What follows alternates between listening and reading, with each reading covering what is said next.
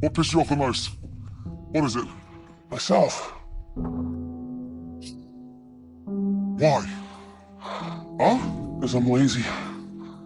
When was the last time you did something 100%? I can't remember.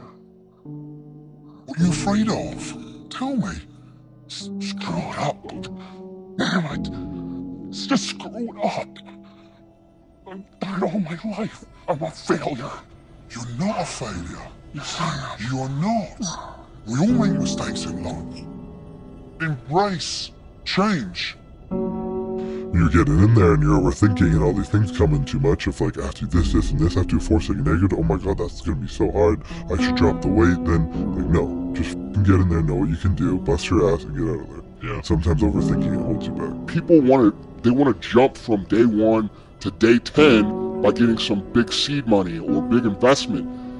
And dude, I don't care how much money I made. I try to pretend like I'm broke every single day in the way that I think because it forces me to create new solutions and innovate in my brain. I had one of my sales guys who I said, dude, I don't see you at the gym. And he said, I'm just really busy. And I just looked at him and I was like, you will never have more time and less responsibility than you do now.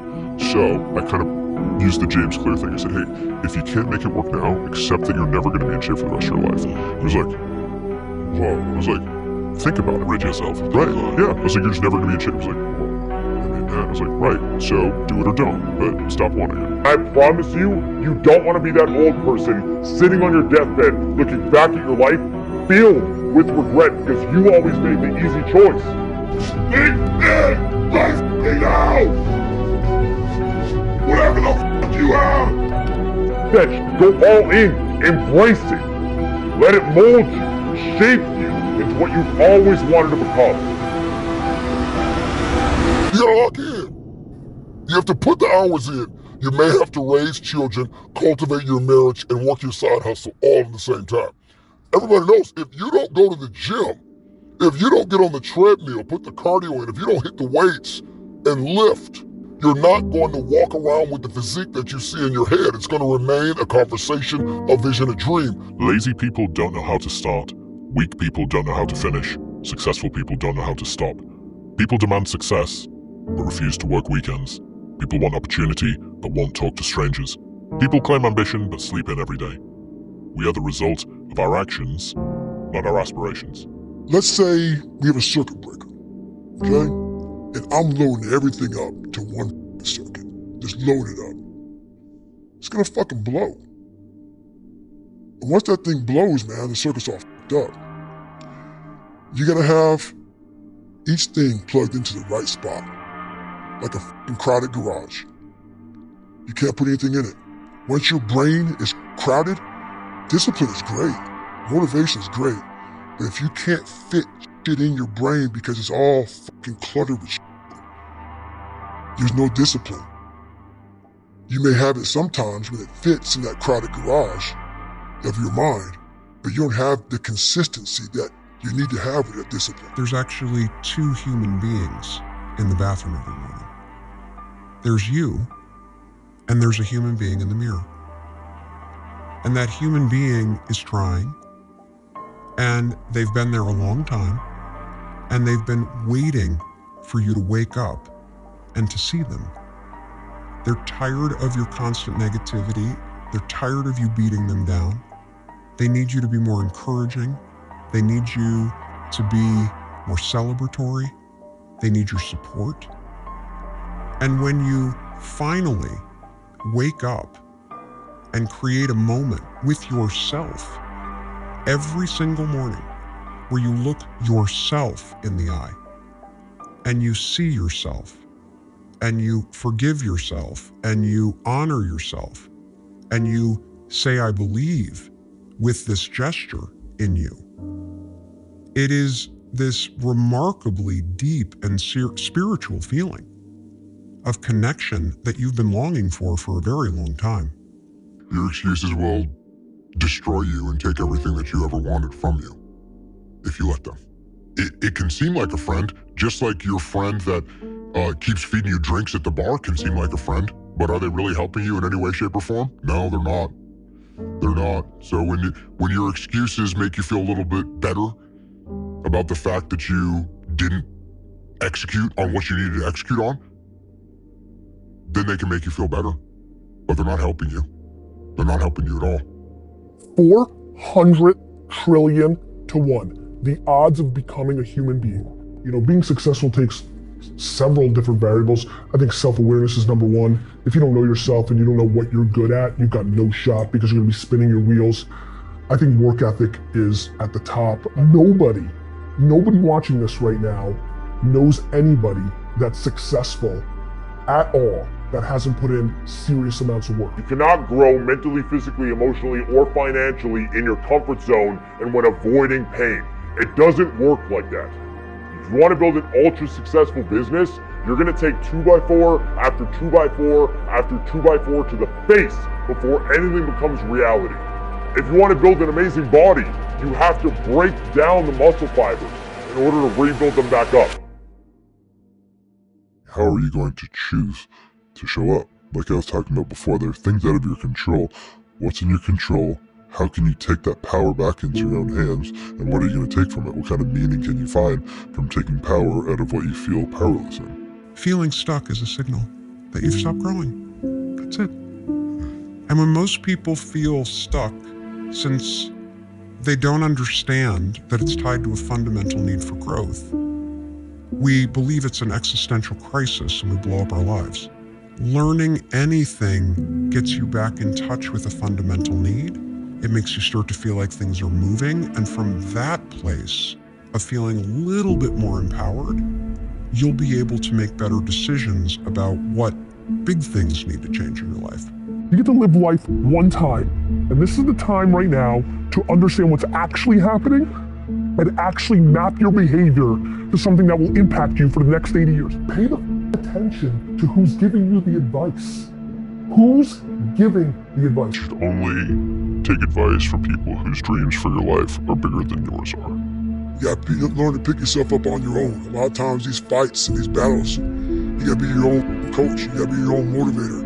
I could have saved myself tons of mental agony because I could have reassured that, hey, look, this is just the way it goes, and this is just part of the deal. You signed up for this, and nobody ever tells you those things. You know what I'm saying? Like when you're getting your face beat in business, right? Like it's nobody comes along and says, hey, it's going to be okay. You don't feel like it's going to be okay. You feel like your world's ending. It could be a painful day emotionally. It could be a painful day relationally. It could be a painful day financially. Are you going to complain? Or are you going to use it to your advantage? It doesn't matter if you go the hard path or the easy path, both paths will make you suffer.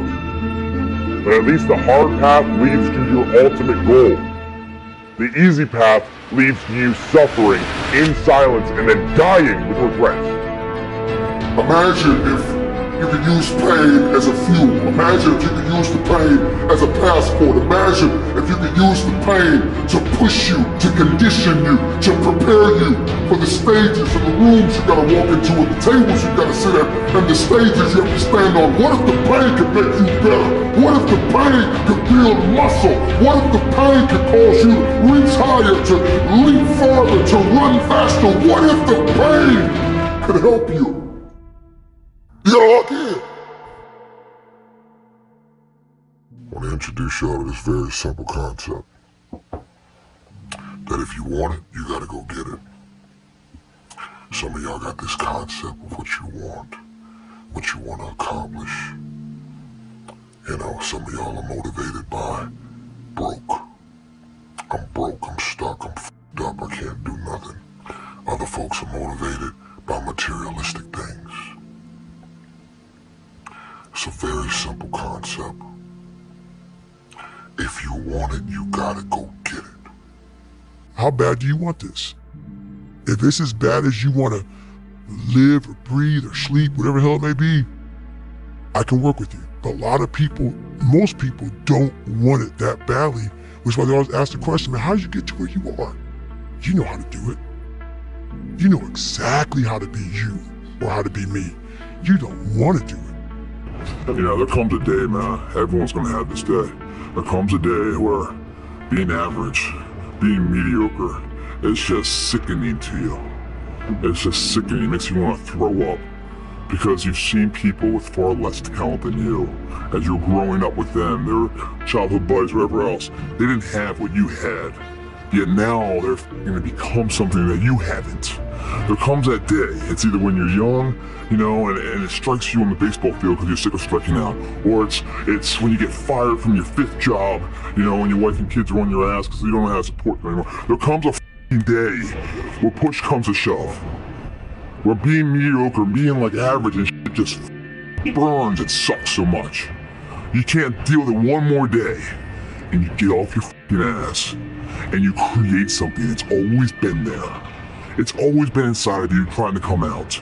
But you've never wanted to unwrap it because there's too much fucking pain and commitment. It's time to unwrap the potential you can be. Superior, man. It's within you. I'm not talented. It was life and death. Either you live or you die. Which one do you want, Tom? That was the decision. In the corporate life and in the gym.